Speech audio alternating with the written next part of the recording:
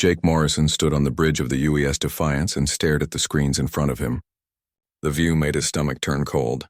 Hundreds of alien warships filled the space around Earth, their dark hulls blocking out the stars. Each ship was 10 times larger than anything humanity had ever built. Their weapons were already charging, red lights pulsing along their sides like angry eyes. He had been a commander for only 3 years. At 35, he was young for the position, but the United Earth Space Force needed capable officers more than experienced ones. Now he wished someone else was standing in his place, making the decisions that would shape humanity's future, but there was no one else. Admiral Lisa Kent was coordinating the evacuation of the moon colonies. Captain Ben Hughes was pulling back forces from Mars.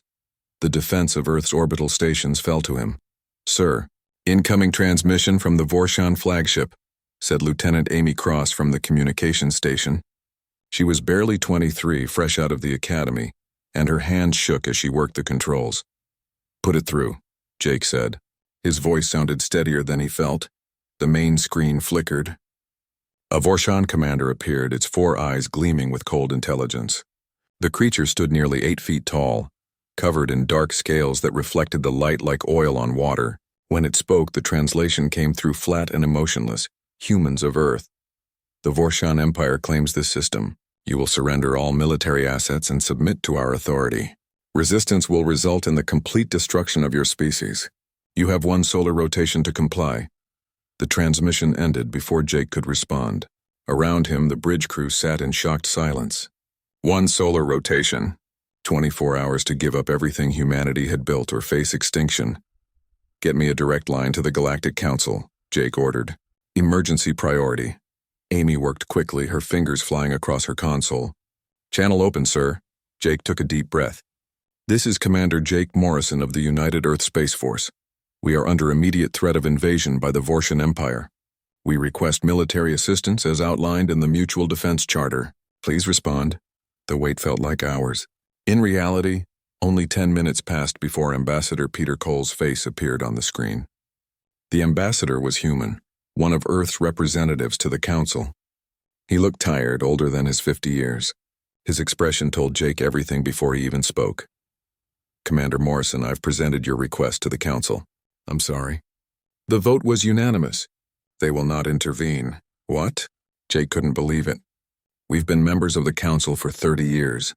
We've paid our dues, followed every regulation, contributed to every joint mission they asked of us. The Charter clearly states—" "I know what the Charter states," Peter interrupted. His voice was heavy with defeat. "But there are clauses, exceptions. The Council has determined that humanity's strategic value does not warrant military engagement with the Vorshan Empire." Strategic value. The words hit Jake like a physical blow. They were talking about the worth of 8 billion human lives, and the Council had calculated that worth to be 0. "Let me speak to them directly," Jake demanded. "I don't think that will help, but I'll arrange it." The Council chamber appeared on the screen moments later. Representatives from 20 different species sat in a circular arrangement, looking down at Jake from their positions of power. The Xylex delegation sat in the center, their crystalline bodies refracting light in rainbow patterns. To their left, the Korthan representatives, massive beings that looked like walking boulders. On the right, the Belmar, slender and graceful, their features almost human but not quite. Councillor Vrex of the Xylex spoke first. "Commander Morrison, your petition has been reviewed and denied. This decision is final." "Our people are about to be slaughtered," Jake said, fighting to keep his voice level. "You have the ships. You have the weapons. You could stop this." "The Vorshan Empire is a recognized sovereign power," Vrex replied. "They have claimed your system through legitimate right of expansion. The Council does not interfere in territorial disputes of this nature." "Territorial disputes?" Jake's control slipped. "They're going to kill everyone on Earth." High Commander Thorin of the Korthan leaned forward. His voice rumbled like an avalanche. "Your species has been part of the galactic community for only 30 years. The Vorshan Empire has existed for 3,000 years. The Council must consider long-term stability. A war with the Vorshan over one young species would destabilize an entire sector. So we're not worth the trouble," Jake said bitterly. "That is an oversimplification," said one of the Belmar representatives, her voice musical and calm, but essentially correct. We regret this outcome, but the needs of the many must outweigh the needs of the few. Your species' contribution to galactic civilization has been minimal. The cost of defending you would be substantial. The mathematics are quite clear. Jake looked at each of them in turn. These were the civilizations humanity had admired, had hoped to join as equals. Now they sat in judgment and found humanity lacking, not worth saving. Not worth the risk. You're making a mistake, Jake said quietly. Perhaps, Frex acknowledged. But it is our mistake to make. This session is concluded. The screen went dark. Jake stood alone on his bridge, surrounded by his crew, all of them looking to him for answers he didn't have. Earth had 23 hours left, sir. Amy's voice was small. What do we do? Jake turned to face his crew. They were so young, most of them. They had joined the Space Force thinking they would explore the stars, make first contact with new species, be part of something greater than themselves. Instead, they were going to watch their homeworld burn. We follow Protocol 17, Jake said. The bridge went silent. Protocol 17 was a contingency plan, created in secret by the Space Force High Command. It had never been meant to be used. It was the absolute last resort, the plan for when everything else had failed. Amy's eyes widened. Sir, that protocol requires full command authority. Admiral Kent would need to approve. Get me Admiral Kent and Captain Hughes. Conference call, maximum encryption. Within minutes, the three highest-ranking officers in the human fleet were connected on a secure channel. Lisa Kent looked exhausted. She had been overseeing the evacuation of the lunar colonies for 18 hours straight, trying to get as many people as possible onto transport ships. I heard about the Council's decision, she said. Those cowards. We need to initiate Protocol 17, Jake said. Ben Hughes, commanding the Mars Defense Fleet, shook his head. That's a death sentence for Earth. We'd be abandoning 8 billion people. Earth is already lost, Jake said. The words hurt to speak. The Vorshan will attack in 23 hours. We can't stop them. The Council won't help us. If we stay and fight, we'll die and achieve nothing. But if we retreat, if we preserve what military assets we have, we might survive. We might get a chance to make this right. Lisa closed her eyes. She was the senior officer. The final decision rested with her. When she opened her eyes again, they were hard as steel. Initiate Protocol 17. All military vessels are to retreat to the outer belt coordinates. Begin transferring as many civilians as possible to military transports. We leave in 20 hours. The next 20 hours were chaos. Transport ships ferried people from Earth to the waiting fleet. Not everyone could be saved. There simply wasn't enough time, wasn't enough space. Families were torn apart. Lottery systems decided who lived and who stayed behind. Jake watched the numbers climb on his display. 200 million evacuated. Against 8 billion left behind, it seemed like nothing. When the Vorshan deadline arrived, the human fleet was gone. They had vanished into the dark spaces beyond the system's edge, to hidden mining stations that Earth had never reported to the Council. The Vorshan found Earth defended by nothing but automated satellites and a few volunteers who chose to stay behind. The assault lasted 3 days. When it was over, Earth was a burning ruin. The Vorshan claimed the system and began stripping its resources. The Galactic Council issued a formal statement of regret. They held a moment of silence for the lost human civilization. Then they moved on to other business. After all, there were always more pressing concerns than one extinct species. But humanity was not extinct. In the darkness beyond known space, Jake Morrison and 200 million survivors watched and waited. They mourned their dead. They remembered the Council's betrayal, and they began to plan. The galaxy thought humanity was gone. That was their first mistake. Their second mistake was thinking that humanity would forgive them. 5 years had changed everything. The mining stations that humanity now called home had never been designed for long-term habitation. They were meant for crews of 50, maybe 100 workers at most. Now each station held thousands packed into every available space. The air always smelled recycled, tasted stale no matter how many filters they ran it through.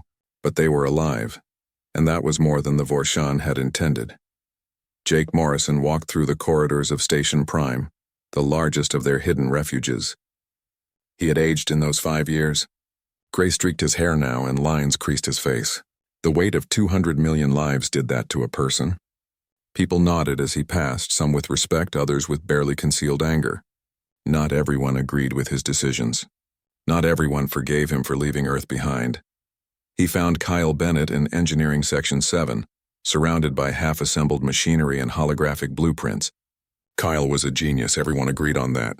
Before the fall, he had designed mining equipment for the outer colonies. Now he designed weapons. "How's the project coming?" Jake asked. Kyle looked up from his work. He was only 28, but looked older, his face gaunt from too many missed meals and too little sleep. "We're making progress. The mining lasers can be modified into effective cutting beams. Not as powerful as Vorshan weapons, but they'll do damage. The real breakthrough is the camouflage system." He pulled up a hologram showing a ship's hull covered in irregular plating. "We coat our ships in processed asteroid material. To their sensors, we look like space debris. We can get close before they even know we're there." "How many ships can we outfit?" Jake asked. 50 by the end of the month, maybe 100 in 6 months. "But Admiral, we need to be realistic. Even with 100 ships, we can't take on the Vorshan Empire. They have thousands of vessels. We don't need to fight them head-on," Jake said. "We just need to hurt them. Make them bleed." Kyle studied him for a moment. "You're really going to do this? You're going to start a war."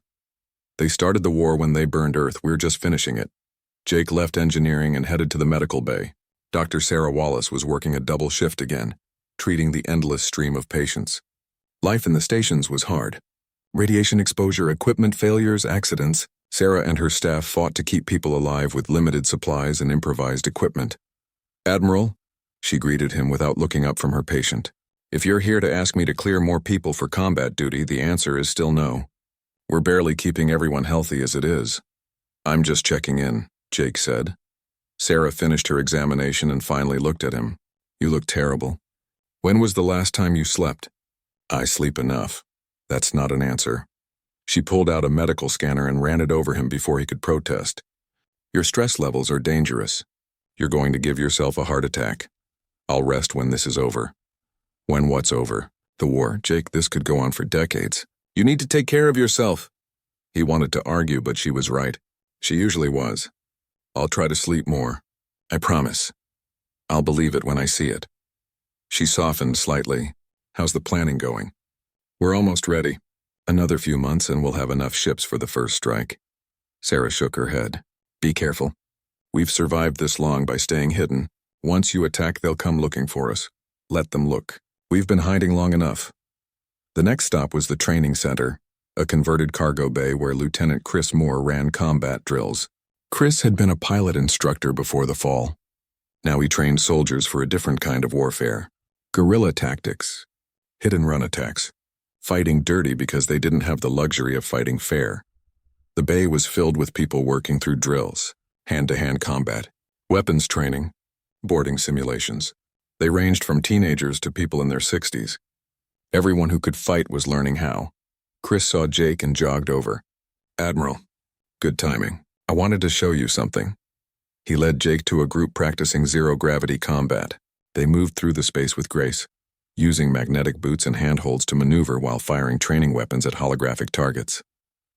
"They're getting good," Chris said with pride. "Better than good. The Vorshan fight in standard gravity environments. They're not prepared for opponents who can fight in zero-G. That's our edge. How many combat-ready personnel do we have?" "About 50,000. Another 100,000 in training. We'll never have the numbers the Vorshan have, but we don't need numbers. We need skill and surprise." Jake watched the trainees work. These were civilians a year ago. Teachers, engineers, farmers, artists. The Vorshan had turned them into soldiers. Another crime to add to the list. He found Megan Price in the Intelligence Center, a room filled with screens showing intercepted communications and surveillance data. Megan had been a commercial pilot before the fall, running cargo between the outer colonies. Now she analyzed enemy movements and planned strike operations. "We've been tracking Vorshan supply routes," she said, pulling up a star map. "They're predictable. They use the same routes, same schedules. They think they're safe because no one challenges them." "Target?" Jake asked. "Kepler 442. It's a supply depot, lightly defended. They store fuel and ammunition there for their patrol fleets. If we hit it hard and fast, we can destroy months of supplies. It won't cripple them, but it'll hurt. And more importantly, it'll announce that we're still here." Jake studied the map. The depot was deep in Vorshan-controlled space, far from the old Council territories. It was a bold target, dangerous, but that was the point. "How many ships would we need?" 20 should be enough. In and out before they can respond. We use Kyle's camouflage system to approach. Hit them with everything we have. Then scatter and regroup at the fallback coordinates. Who leads the strike? Megan looked at him steadily. Danny Rogers volunteered. He's one of our best captains. Young but capable. He understands the mission. Jake knew Danny. 26 years old, lost his entire family when Earth fell. The kid had volunteered for every dangerous mission they'd run in the past 5 years. He was brave, skilled, and had nothing left to lose. Exactly the kind of person they needed for this. Set it up. I want to meet with Danny and his team leaders tomorrow. That evening, Jake stood in the observation dome at the top of Station Prime. It was the only place with a real view of space, a small luxury they'd allowed themselves. Admiral Lisa Kent found him there, staring out at the stars. Couldn't sleep? She asked. Never can anymore. Lisa stood beside him. She had aged too, her hair now completely gray. She commanded the defense forces now, coordinating between the scattered stations. I heard you approved the Kepler 442 strike. News travels fast, it always does. Jake, are you sure about this? Once we attack, there's no going back. We'll be at war. We've been at war for 5 years. The Vortian just didn't know we were still fighting. And the Council? When they find out we survived? Jake's expression hardened. Let them find out. Let them see what they created when they abandoned us. We asked them for help and they turned their backs. They calculated our worth and decided we were expendable. I want them to see what expendable looks like when it refuses to die. Lisa was quiet for a moment. A lot of people are angry. Not at the Vortian. At you, at me. At everyone who made the decision to leave Earth behind. There are groups talking about replacing the command structure. They think we're too focused on revenge, not enough on survival. What do you think? I think we can't survive by hiding forever. Eventually someone will find us. Better to control when and how that happens. And if we can hurt the Vortian in the process, even better. Jake nodded. Tomorrow I'm going to address everyone. All the stations. It's time they knew what we're planning. The next day, Jake stood before a camera in the command center. His image was broadcast to every station, every ship, every settlement in their hidden network. 200 million people watched and listened. 5 years ago we lost Earth, he began. We lost our home. We lost 8 billion of our people. We lost everything we'd built over thousands of years of history. The Vortian Empire took it from us, and the Galactic Council, the civilizations we thought were our allies, let it happen. They decided we weren't worth saving. He paused, letting the words sink in. For 5 years we've hidden in the dark. We've survived on scraps and determination. We've turned mining stations into homes and miners into soldiers. We've done the impossible. We've endured. But I didn't lead you into hiding just to survive. I led you here to prepare, to get ready for the day when we would strike back. That day is coming. Soon we're going to remind the galaxy that humanity still exists. We're going to show the Vortian Empire that we're not as easy to kill as they thought. And we're going to prove to the Council that they made a terrible mistake when they abandoned us. This won't be easy. We'll take casualties. We'll face setbacks. But we will fight. We will resist. And eventually we will win. Not because we're stronger or have better technology, but because we remember every person we lost. We remember every promise the Council broke. We remember what it felt like to beg for help and be told we weren't worth the effort. They left us to die. Now it's payback time. The broadcast ended. Jake waited for the response. Captain Danny Rogers checked his ship's systems for the 10th time in an hour. Everything was green, all systems running perfectly, but he couldn't stop himself from checking again. This was it. 5 years of preparation, 5 years of hiding, all leading to this moment. His ship, the Retribution, didn't look like much. It was a converted mining vessel, all hard angles and industrial plating. The hull was covered in processed asteroid material that made it look like a chunk of space debris to enemy sensors. Inside, it had been gutted and rebuilt. Mining lasers converted to weapons, cargo holds turned into troop compartments. Every modification done by hand in secret shipyards hidden in the asteroids. 20 ships hung in space around him, all modified like his own. Each one carried a crew of 30 soldiers and pilots, all volunteers. All people who had lost everything when Earth fell. They were ready to die for this mission. Danny's job was to make sure they didn't have to. All ships report status, he said into the comm. One by one, the captains checked in. Nicole Shaw on the Vengeance. Frank Palmer commanding the Fury. Olivia Gray at the helm of the Defiance II. named after the ship that had defended Earth 5 years ago. Every captain was young, like Danny. The old guard had died with Earth. This was a war fought by those who grew up in the aftermath. All ships ready? Captain Rogers, reported his first officer, a woman named Carla Hunt. She was 32, ancient by the standards of their fleet. Before the fall, she had been a mining engineer. Now she was a soldier. Begin approach, Danny ordered. Stay tight. Maintain radio silence from this point on. The small fleet moved forward, engines running on minimal power. They drifted more than flew, using careful bursts from maneuvering thrusters to guide themselves toward their target. To Vorshan sensors, they would look like ordinary asteroids caught in the system's gravity well, nothing worth investigating. It took 6 hours to reach attack range, 6 hours of tense silence waiting for alarms that never came. The Vorshan didn't notice them. Why would they? Humanity was dead. The galaxy had moved on. Kepler 442 grew larger in the view screen. The supply depot was massive, a sprawling complex of storage tanks and docking bays. 2 Vorshan patrol ships hung in orbit, their crews probably bored. This was a quiet posting, far from any conflict. Nothing ever happened here. Danny watched the range counter tick down. 5,000 kilometers, 4,000, 3,000. His hands were steady on the controls, but his heart hammered in his chest. This was really happening. They were about to announce to the entire galaxy that humanity refused to die. All ships power up weapons, he ordered. Target the fuel storage tanks first.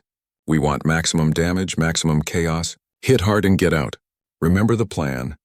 The acknowledgements came in quick succession. 20 ships, 600 soldiers, all waiting for his command. The weight of it pressed down on him. These people trusted him. They believed he would get them home. Attack range in 30 seconds, Carla reported. Danny counted down in his head. 20, 15, 10. The Vorshan patrol ships continued their lazy orbits, completely unaware. 5, 4, 3, 2, 1. All ships engage.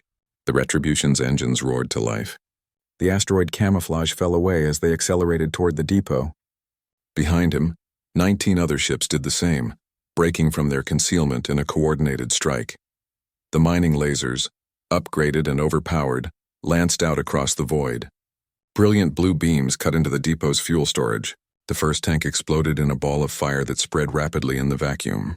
Secondary explosions followed as the fire reached other tanks. The Vorshan patrol ships reacted immediately, but they were too slow. Frank Palmer's ship, the Fury, hit the first patrol ship with concentrated fire. The Vorshan vessel's shields held for maybe 3 seconds before collapsing. The mining lasers tore through the hull like it was paper. The second patrol ship tried to run, probably sending a distress signal. Nicole Shaw's Vengeance pursued it, firing continuously. The patrol ship's engines exploded, leaving it dead in space. Danny focused on the depot itself. More fuel tanks, supply warehouses, docking facilities, every target they'd planned for months. The mining lasers did their work efficiently, cutting and burning. 5 years of anger poured out in beams of coherent light. Captain, enemy reinforcements incoming, Carla warned. Multiple ships, heavy cruisers. They'll be in range in 10 minutes. All ships, finish your runs and break off. Rally Point Delta, scatter formation. Go, go, go! The human fleet didn't wait around to fight. That wasn't the plan. They had done what they came to do. Now it was time to vanish before the Vorshan could organize a response. One by one, the ships broke away from the burning depot, their engines pushing them to maximum speed. Danny took one last look at their handiwork. The depot was a ruin. Fires raged across its surface. Bodies floated in space. The Vorshan would spend months rebuilding what humanity had destroyed in 10 minutes. All ships accounted for, Carla reported. No casualties. We're clear. The Retribution jumped to faster than light speed and the depot disappeared behind them. They had done it. The first strike was a complete success. The news spread across the galaxy within hours. The Vorshan Empire issued urgent bulletins. A human fleet had attacked one of their depots. But humanity was extinct. This was impossible. Yet the depot was destroyed, the evidence undeniable. The Galactic Council convened an emergency session. Counselor Vrex of the Xylex demanded answers. High Commander Thorin of the Korthan suggested it might be a different species using human ships. The Belmar remained silent, thinking. Then Jake Morrison's transmission reached every council world simultaneously. He had timed it perfectly. waiting until the attack's success was confirmed. Now he stood before a camera, flanked by Admiral Lisa Kent and General Amy Cross. Behind them, the flag of United Earth, a symbol the galaxy thought had died 5 years ago. To the Galactic Council and all member species, Jake began. This is Admiral Jake Morrison of the United Earth Space Force. I want to correct a misconception. Humanity is not extinct. We did not die when you abandoned us. We survived. We adapted.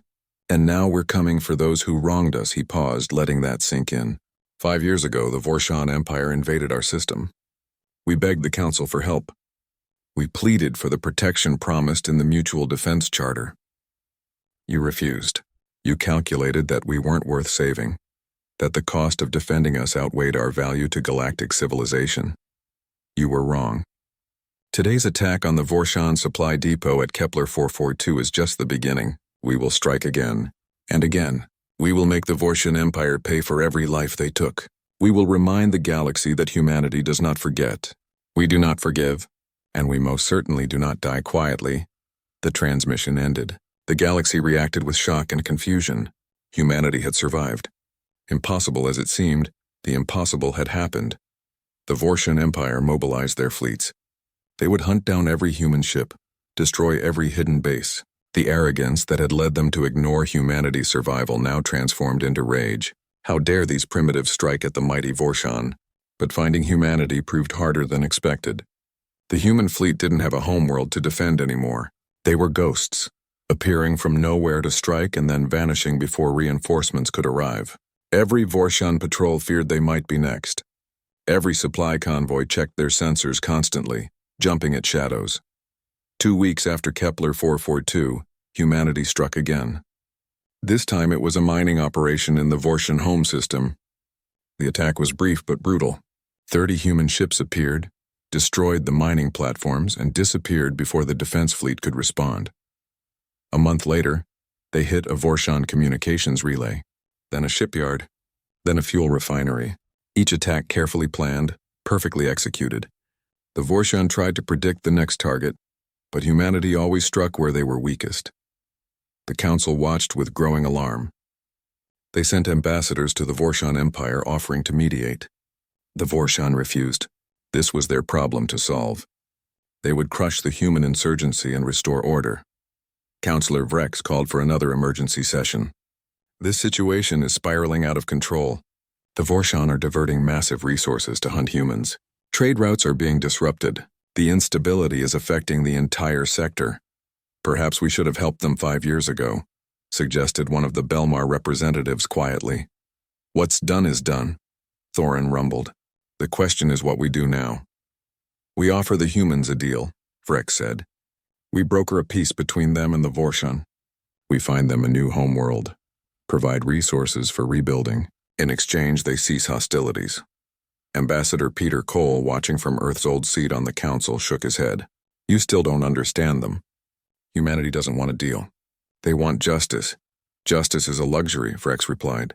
They should be grateful we're offering anything at all. Peter stood up. He was officially retired, no longer Earth's representative since Earth was supposedly dead. But he still attended the sessions, a reminder of the Council's failure. You abandoned them. You let 8 billion people die. And now you wonder why they won't accept your generosity? They're not fighting for resources or territory. They're fighting because you proved that in this galaxy, strength is the only thing that matters. The Council's orbital station hung above their capital world like a gleaming jewel. For 3,000 years it had been the center of galactic politics, where representatives from hundreds of species gathered to maintain order and peace. Today, an uninvited guest approached its docking bay. Admiral Jake Morrison stood on the bridge of his flagship, the Phoenix. The ship was new, built in the hidden shipyards humanity had constructed over the past 6 years. It was larger than anything they'd had before, a proper warship instead of a converted mining vessel. Behind it, 50 more ships held formation, guns powered down but ready, a show of force carefully calculated. They're hailing us, said Lieutenant Amy Cross. She had stayed with Jake through everything, rising through the ranks to become his senior communications officer. Multiple channels. They sound upset. Ignore them, Jake said. We're not here to ask permission.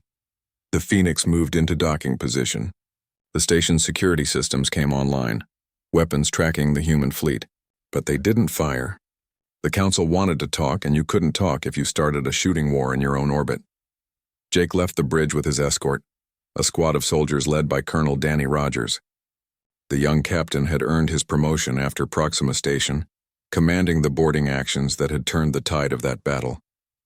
Now he was in charge of Jake's personal security, a job he took very seriously. "Stay alert," Danny told his people as they entered the station. "We're not exactly welcome here." The council chamber was exactly as Jake remembered from 6 years ago, when he'd begged these people for help over a view screen. The circular arrangement of seats, the high ceiling, the atmosphere of importance and power. The representatives were already assembled, waiting. Counselor Vrex stood as Jake entered. The crystalline being's surface colors shifted, a sign of agitation. "Admiral Morrison, this is highly irregular. You cannot simply enter council space with a military fleet." "You wanted to talk," Jake said calmly. "So we're talking. In person this time." Admiral Lisa Kent and General Amy Cross entered behind him, along with Ambassador Peter Cole. The old ambassador looked fragile now, worn down by years of guilt. He had quit the diplomatic service after Earth fell, but Jake had asked him to come. Peter understood the council better than anyone. "You have no authority here," Vrex continued. "Earth is not a member of this council. Your species was declared extinct 6 years ago." "Funny thing about declarations," Jake said. "They don't mean much when the people you declared extinct show up with guns." High Commander Thoran leaned forward, his massive form casting shadows across the chamber. "Is that a threat, Admiral?" "It's a statement of fact. We're here because you invited us to negotiate, so let's negotiate." The council representatives exchanged glances. Finally, one of the Belmar spoke. "Very well. What do you want? Resources for rebuilding? A new homeworld? We can provide these things in exchange for peace with the Vortian Empire." "We don't want your charity," Lisa said sharply. "We want out." "Out?" Vrex's colors shifted to confusion. "Out of what?" "Out of your protection," Jake said. "Out of your laws. Out of your precious galactic order. We're withdrawing from the council permanently. We'll handle our own affairs from now on." The chamber erupted in shocked murmurs. A Corthan representative stood up. "You cannot simply leave the council. There are procedures, treaties, obligations." "We fulfilled our obligations," Jake said. "We paid our dues. We followed your laws. We contributed to joint missions. And when we needed you, you abandoned us. The Mutual Defense Charter was a lie. Your word means nothing. So we're done pretending this alliance ever meant anything." "If you leave the council's protection, you leave its benefits," Vrex warned. "No access to council trade routes. No legal standing in galactic courts. No protection from hostile species." "We'll manage," Amy said. "We've been managing for 6 years without any help from you." Thoran rumbled. "This is foolish. You are one species barely recovered from near extinction. The galaxy is full of dangers. The council provides stability, order. The council provides excuses," Jake said. "You let 8 billion humans die because protecting us wasn't convenient. How many other species have you abandoned? How many times have you calculated that helping someone wasn't worth the cost?" Silence fell over the chamber. The representatives looked uncomfortable. Peter Cole stepped forward, his voice quiet but clear. "I've served on this council for 40 years. I've watched you make decision after decision based on political convenience rather than moral necessity. The humans aren't wrong. You pick and choose who deserves protection based on strategic value. You hide behind laws and procedures to avoid taking responsibility. Maybe it's time someone called you out on it." "This is not your place to speak," Vrex said coldly. "You are not even a serving diplomat anymore." "No, I'm just the man who had to tell his people they weren't worth saving. I'm the man who watched Earth burn because you decided the math didn't add up. So yes, I'm speaking. Someone needs to." Jake pulled out a data chip and tossed it onto the council floor. "That contains evidence. Communications between council members before the Vortian invasion. You knew they were coming. You knew what they planned to do. And you decided to let it happen because removing humanity from the political equation simplified things for you." The chamber exploded into chaos. Representatives shouted denials and accusations. Security forces moved forward, but Danny's soldiers were faster. Weapons ready. The moment balanced on a knife's edge. "Prove it," Thoran demanded. "Show us this evidence." The data chip was inserted into the chamber's main display. Communications appeared. Voices and messages from 6 years ago. Council members discussing the human problem, debating whether Earth's destruction might actually be beneficial, removing an unpredictable element from galactic politics. Cold calculations about acceptable losses and strategic advantages. Not all council members had agreed. Some had argued for intervention, but they had been outvoted. The majority decided that letting humanity die was the easier path. The evidence played for everyone to see. When it ended, the silence was absolute. "This changes nothing," Rex said finally. "The past cannot be altered. We must deal with the present." "You're right," Jake said. "The past is done. Earth is gone. 8 billion people are dead. Nothing changes that. But the present is up for grabs." He pulled up a new display showing star systems across multiple sectors. "These are colonies and settlements that the Council has deemed non-strategic. Species you've decided aren't worth protecting. We've been in contact with them, offering something you never did: alliance, support, protection." Captain Megan Price stepped forward with a datapad. "The Nalak Confederation. You left them to fight the Razkan pirates alone, because intervening would upset the Razkan trade agreements. They lost 3 colony worlds. We've been sharing weapons technology with them, training their forces. Last week, they destroyed the pirate base that's been terrorizing them for 5 years. The Frem colonies," continued Kyle Bennett. "You quarantined them when the Red Plague hit, left them to die rather than risk spreading the disease. Dr. Sarah Wallace and her medical teams went in anyway. We lost 30 doctors finding a cure, but we saved 2 billion Frem lives. They're very grateful. The Tovar mining guilds, the Pellish Trade Federation, the Saren research stations." Jake listed them one by one. 17 different species or political groups that the Council abandoned or ignored. "We helped them, and now they've agreed to join a new alliance. We're calling it the Outer Compact." The Council representatives looked at each other in alarm. This was worse than they'd imagined. Humanity wasn't just surviving. They were building a rival power structure. "This is unacceptable," Rex declared. "You are creating instability, fragmenting the galactic order." "We're creating an alternative," Jake corrected. "An alliance based on mutual defense that actually means something. Where small species matter as much as big ones. Where we protect each other because it's right, not because it's profitable." "And the Vorshan?" Thorin asked. "How does your Outer Compact plan to deal with them?" "The Vorshan Empire is collapsing," Amy said with satisfaction. 6 years of constant attacks have destabilized their economy. Their military is spread too thin, chasing human strike teams across a dozen sectors. Their subject species are starting to rebel, seeing that the mighty Vorshan can be hurt. Give it another year, maybe 2, and the Empire will fragment into independent systems." "You've destroyed an empire that stood for 3,000 years, one of the Belmar said softly. "All out of revenge." "No," Lisa corrected. "We destroyed an empire that thought it could burn a homeworld without consequences. That's not revenge. That's justice." The Council debated for hours. Some members wanted to arrest the human delegation, charge them with war crimes. Others argued for sanctions, isolation, economic pressure. A few, very quietly, suggested that maybe the humans had a point. In the end, they voted. The decision was close but clear. The Council would recognize the Outer Compact as a separate political entity. They would not interfere in human affairs or the affairs of Compact members. In exchange, humanity would cease attacks on Vorshan targets and allow the Empire to collapse on its own. Lieutenant Nicole Shaw had spent 3 years building her intelligence network. What started as monitoring Vorshan communications had grown into something much larger.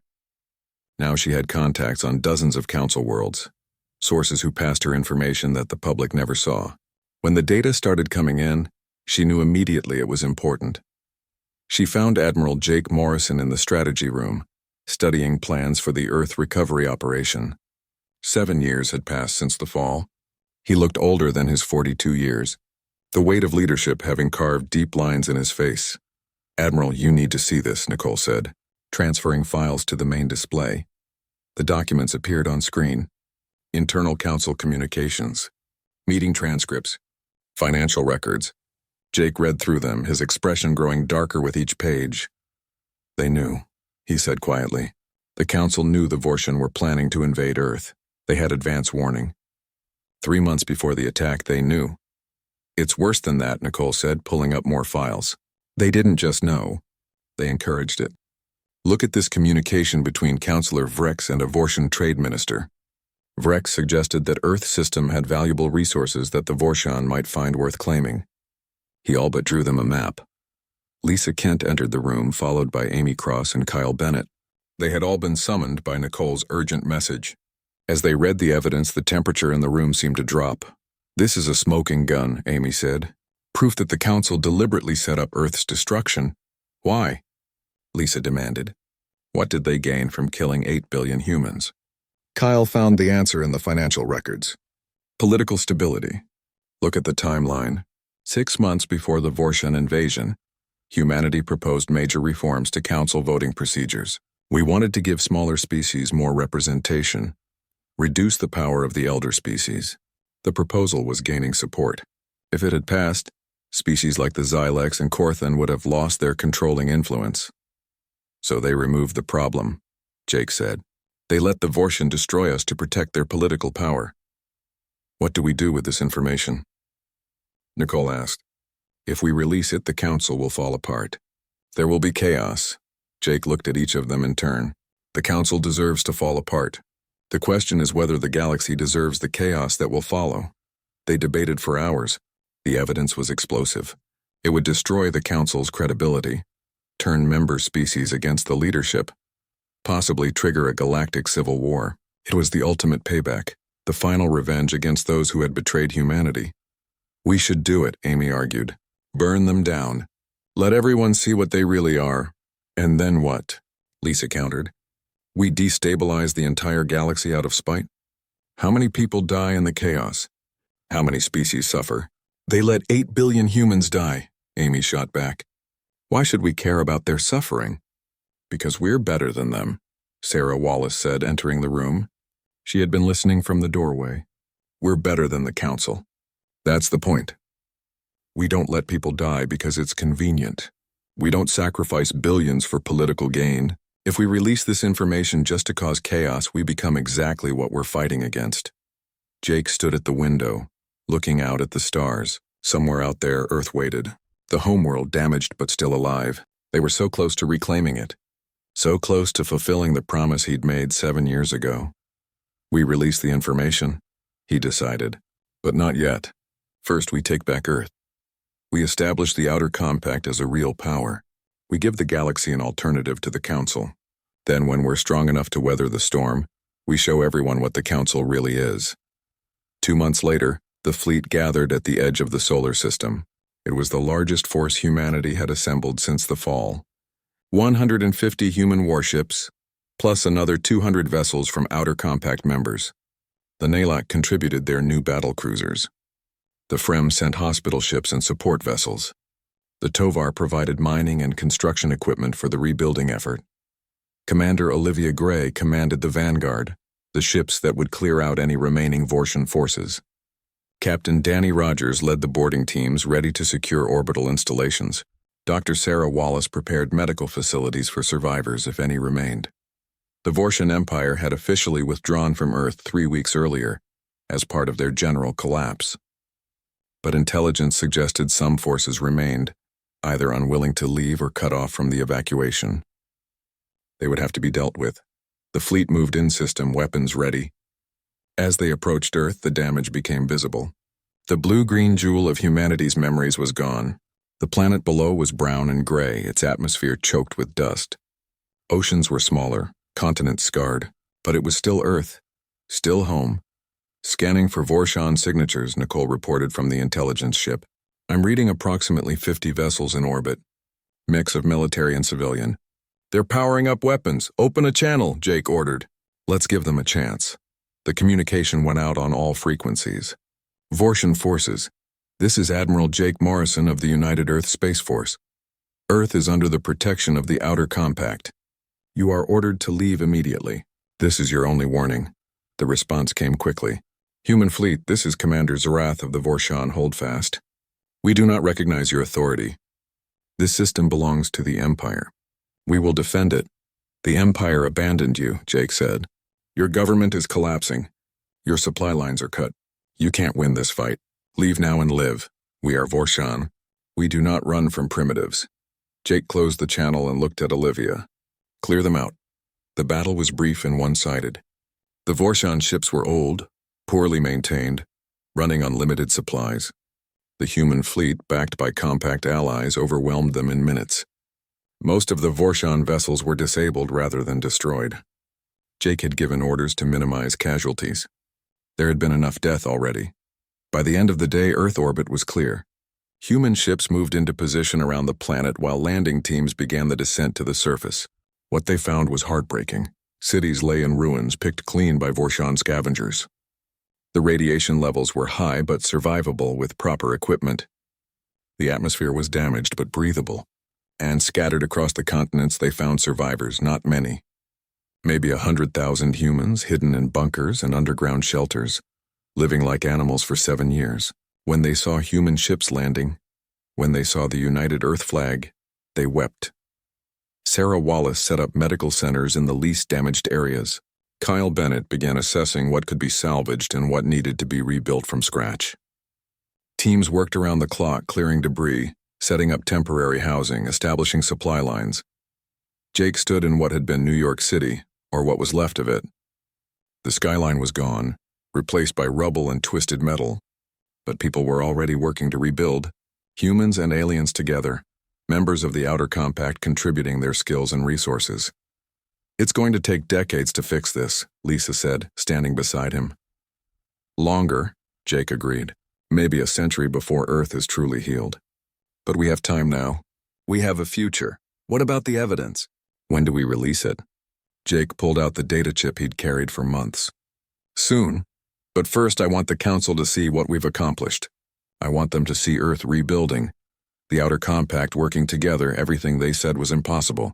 Then we show them what they really are. 6 months after the liberation of Earth, the Assembly of Free Worlds held its first official meeting. It was a new organization, separate from the Galactic Council, representing the Outer Compact and its members. The meeting took place on a space station in neutral territory, broadcast across the entire galaxy. Jake Morrison stood before the assembly, no longer just an admiral but the elected leader of the Outer Compact. Behind him sat representatives from 30 species now, including several who had left the council to join the new alliance. We gathered today to establish a new order, Jake began, one based on principles that should have been obvious from the start. All species deserve protection, regardless of size or strategic value. All voices deserve to be heard, not just the powerful. And those who fail in their duty to protect must be held accountable. He activated the main display. The evidence appeared for all to see. Council communications, plans to allow Earth's destruction, proof of deliberate betrayal. The galaxy watched in stunned silence as the truth unfolded. This is what the Galactic Council really is, Jake said. A political machine that sacrifices the weak to maintain the power of the strong. They didn't just abandon humanity. They engineered our destruction, and they did it to protect their own authority. The reaction was immediate and explosive. Across council space, protests erupted. Member species demanded answers. The Corthan began internal investigations. The Belmar withdrew from council proceedings entirely. The Xylex faced calls for the removal of their representatives. Councillor Vrex appeared on screens across the galaxy, trying to defend the council's actions. These decisions were made for the greater good. The stability of galactic civilization requires difficult choices.